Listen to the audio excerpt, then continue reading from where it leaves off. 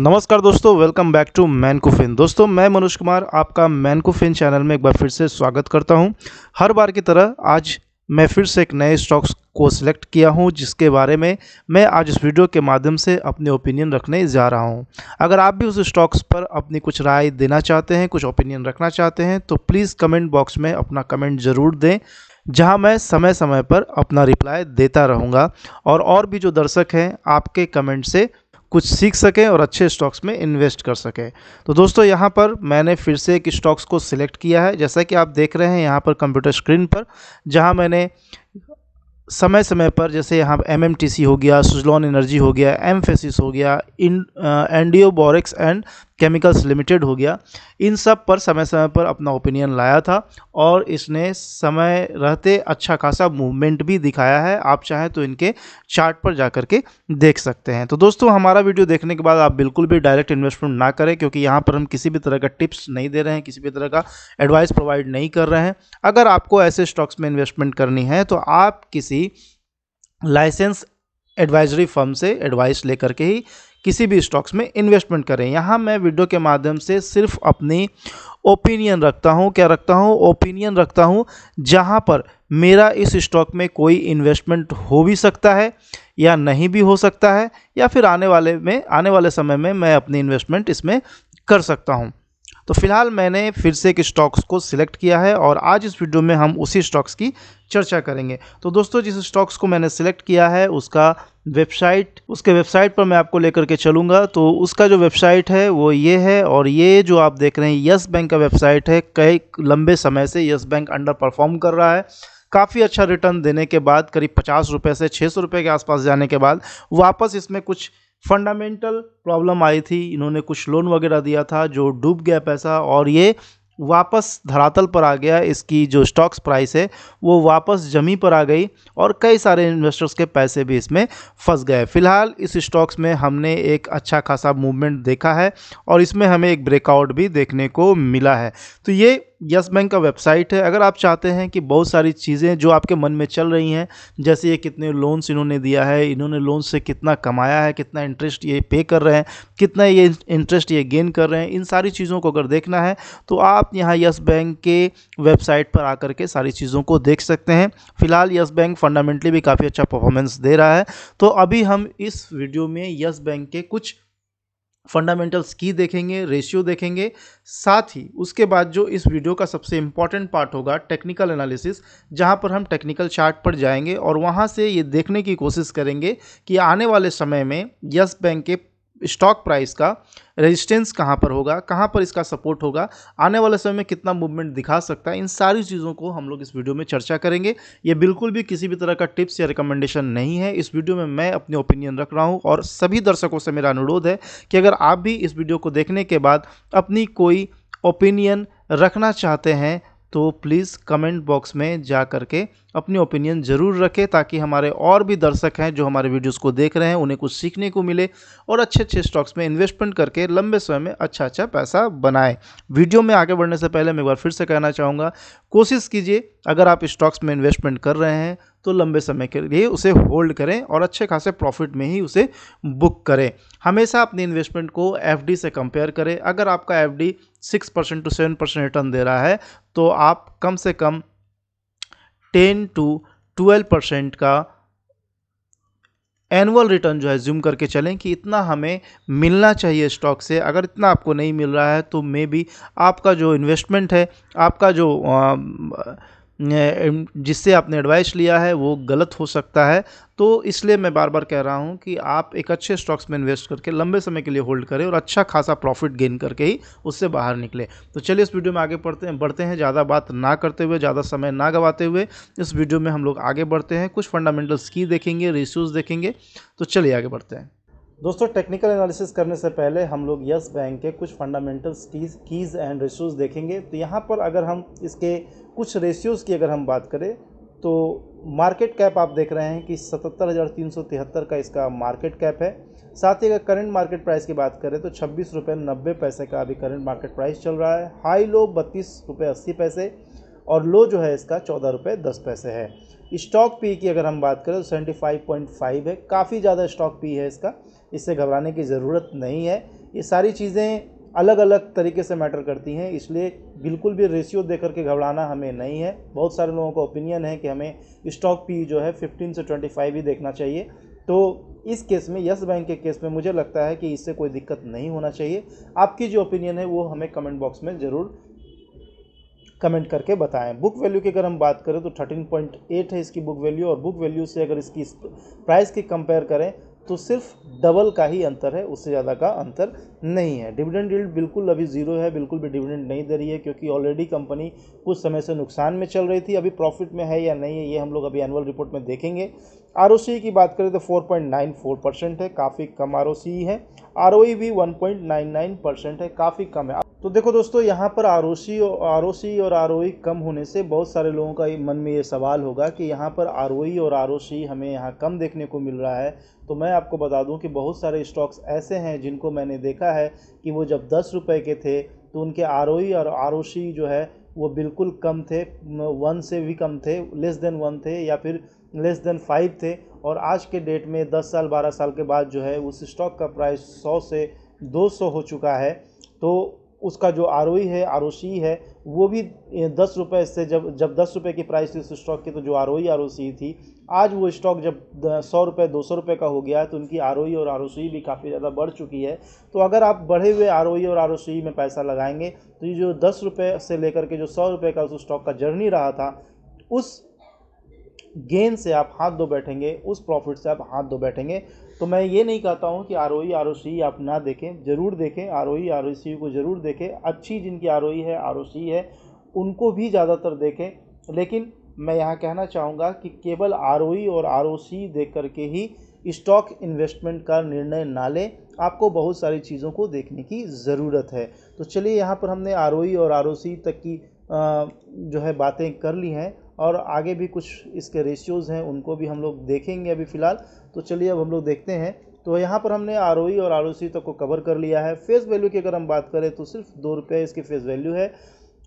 डेब्ट to equity की अगर हम बात करें तो 7.42 है। तो देखिए, ये बैंक है, तो बैंक के पास अगर कर्ज नहीं होगा तो वो आपको हमको लोन कैसे देगा। इसके डेब्ट टू इक्विटी अगर यहाँ पर ज़्यादा है तो ये बिल्कुल कंसिडर किया जा सकता है। करंट रेशियो की अगर हम बात करें तो 3.30 है। प्रमोटर होल्डिंग बिल्कुल 0% है। अब देखो, यहाँ भी बहुत सारी चीज़ें हैं, बहुत सारे लोग ये कहेंगे कि इस कंपनी की जो प्रमोटर होल्डिंग है वो तो बिल्कुल ज़ीरो है, तो ये बिल्कुल भी अनसेफ है स्टॉक इन्वेस्टमेंट करने के लिए।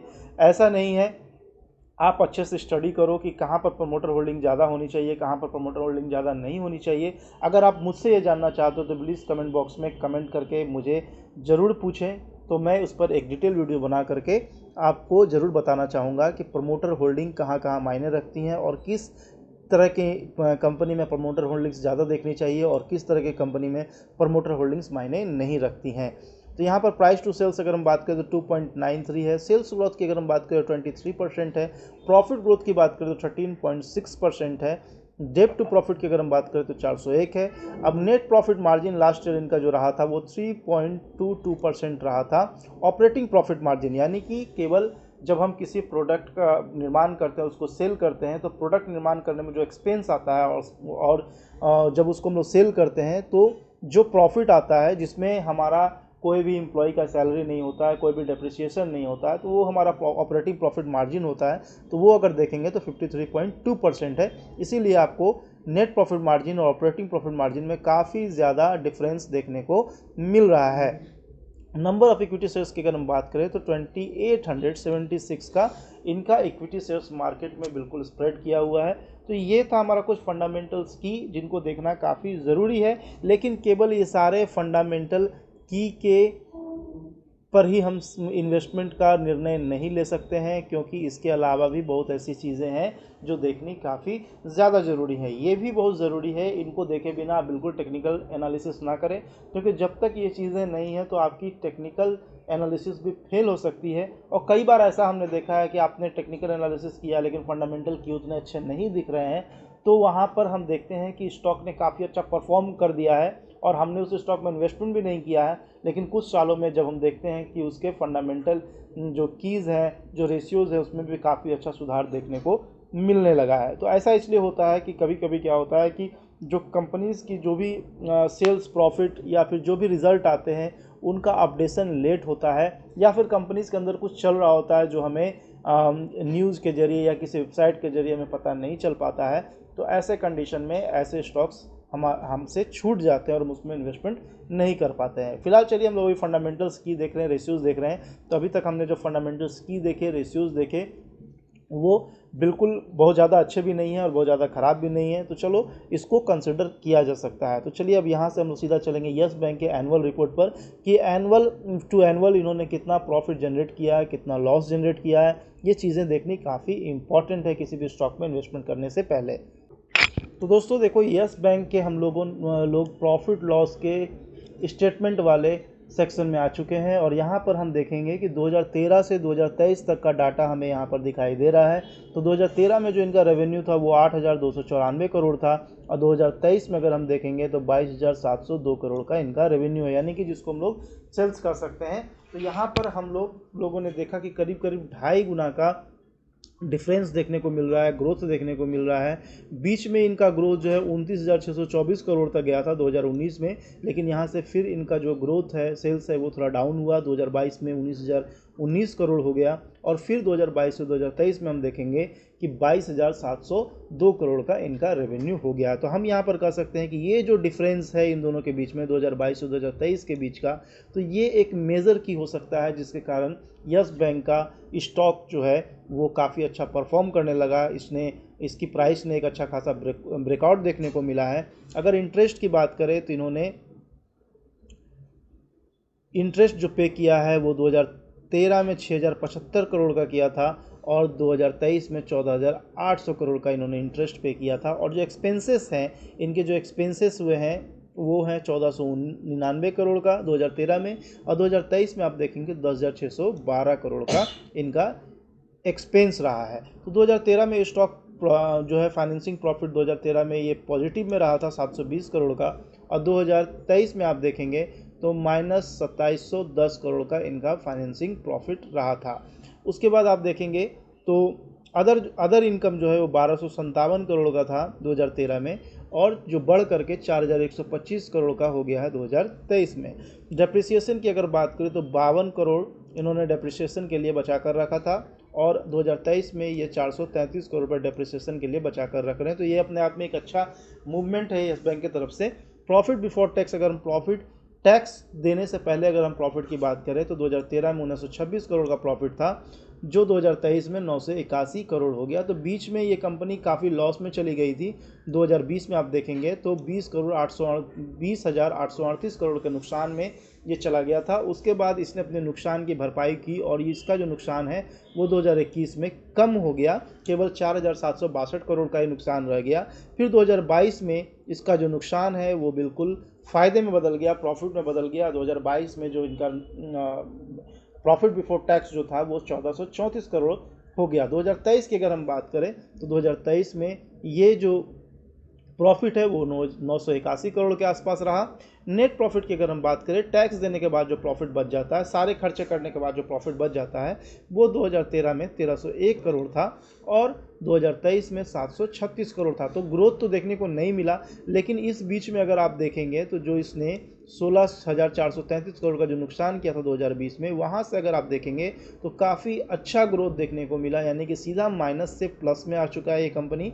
और यहाँ पर आप देखेंगे तो 2022 में 1,064 करोड़ और 2023 में थोड़ी सी इनकी प्रॉफिट गिरी है जो है 736 करोड़। तो आने वाले समय में भी इसमें प्रॉफिट ग्रोथ देखने को मिल सकता है, ऐसा मेरा अपना ओपिनियन है। इसलिए मैंने इस स्टॉक को चुना है और मुझे लगता है कि इसी ग्रोथ के बदौलत, जैसे इसने नुकसान से अपने आप को फ़ायदे में कन्वर्ट किया, लॉस से प्रॉफिट में कन्वर्ट किया, तो जब ये लॉस से प्रॉफिट में अपने आप को कन्वर्ट किया है तो इसी का इम्पैक्ट हमें इसके स्टॉक प्राइस पर देखने को मिल रहा है। और हमने पिछले कुछ समय से हमने देखा है कि इसके स्टॉक्स प्राइस में काफ़ी अच्छा मूवमेंट और ग्रोथ देखने को मिला है। एक अच्छा ब्रेकआउट इसने दिया था, कुछ टारगेट थे इसके, शॉर्ट टर्म टारगेट थे जिसको इन्होंने अचीव भी कर लिया। अब हमारा जो विज़न है वो लॉन्ग टर्म की तरफ है। तो लॉन्ग टर्म में इस स्टॉक का क्या टारगेट रहेगा, क्या सपोर्ट रहेगा, क्या रेजिस्टेंस रहेगा, तो चलिए इसके बारे में भी हम लोग आगे डिस्कस करेंगे इसके टेक्निकल चार्ट पर। तो चलिए चलते हैं इसके प्राइस चार्ट पर।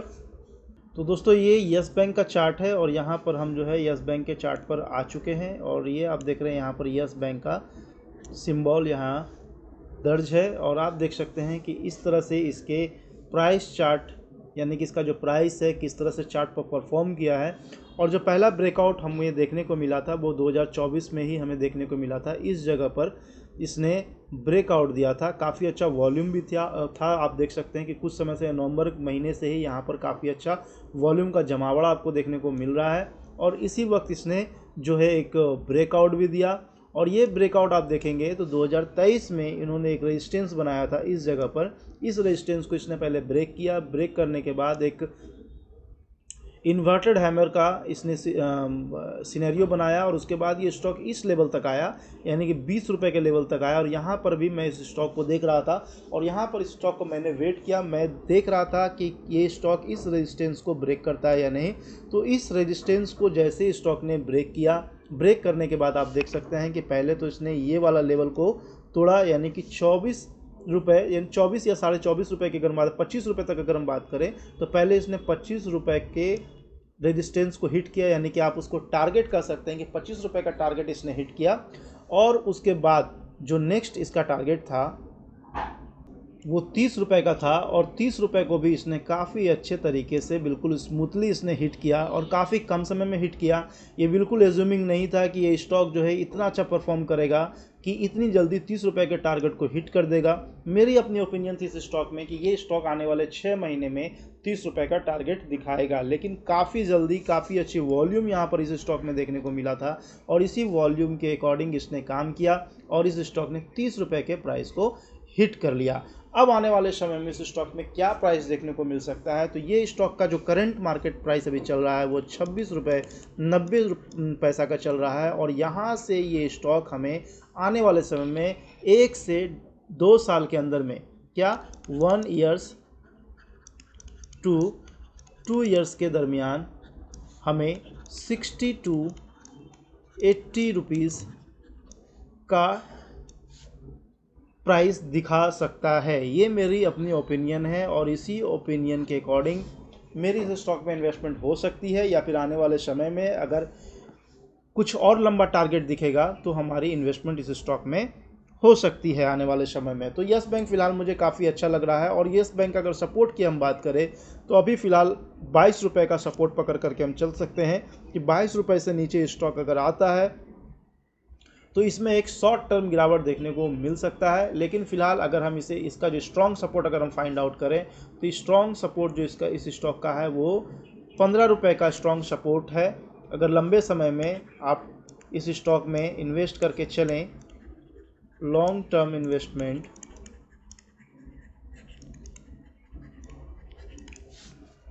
टेन to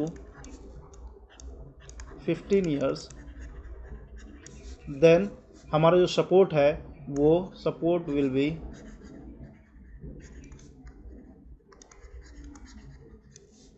अराउंड, देखो एक्यूरेट कोई कुछ नहीं बोल सकता है कि मार्केट कहाँ जाएगा, कोई स्टॉक कहाँ जाएगा, यस बैंक का प्राइस कहाँ जाएगा।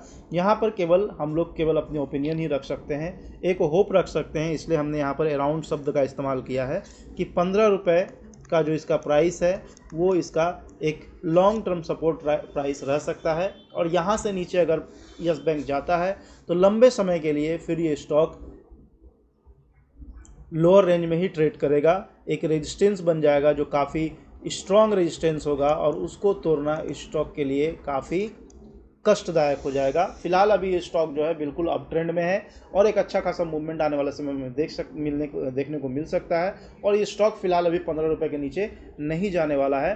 और मुझे ऐसा लगता है, मेरी जो होप है इस स्टॉक को लेकर के वो है कि आने वाले साल से 2 साल में मुझे 60 से 80 रुपये तक का मूवमेंट इस स्टॉक में देखने को मिल सकता है। तो दोस्तों आज इस वीडियो में हमने यस बैंक के बारे में बात की, अपनी ओपिनियन रखी है। अगर आप भी कुछ यस बैंक के बारे में बताना चाहते हैं, अपनी ओपिनियन रखना चाहते हैं, तो इस वीडियो के माध्यम से आप कमेंट बॉक्स में अपना कमेंट करके हमें बता सकते हैं। समय पर मैं उसमें रिप्लाई देने की भी कोशिश करूंगा, और जो हमारे और भी दर्शक हैं वो भी उस पर अपना रिप्लाई दें।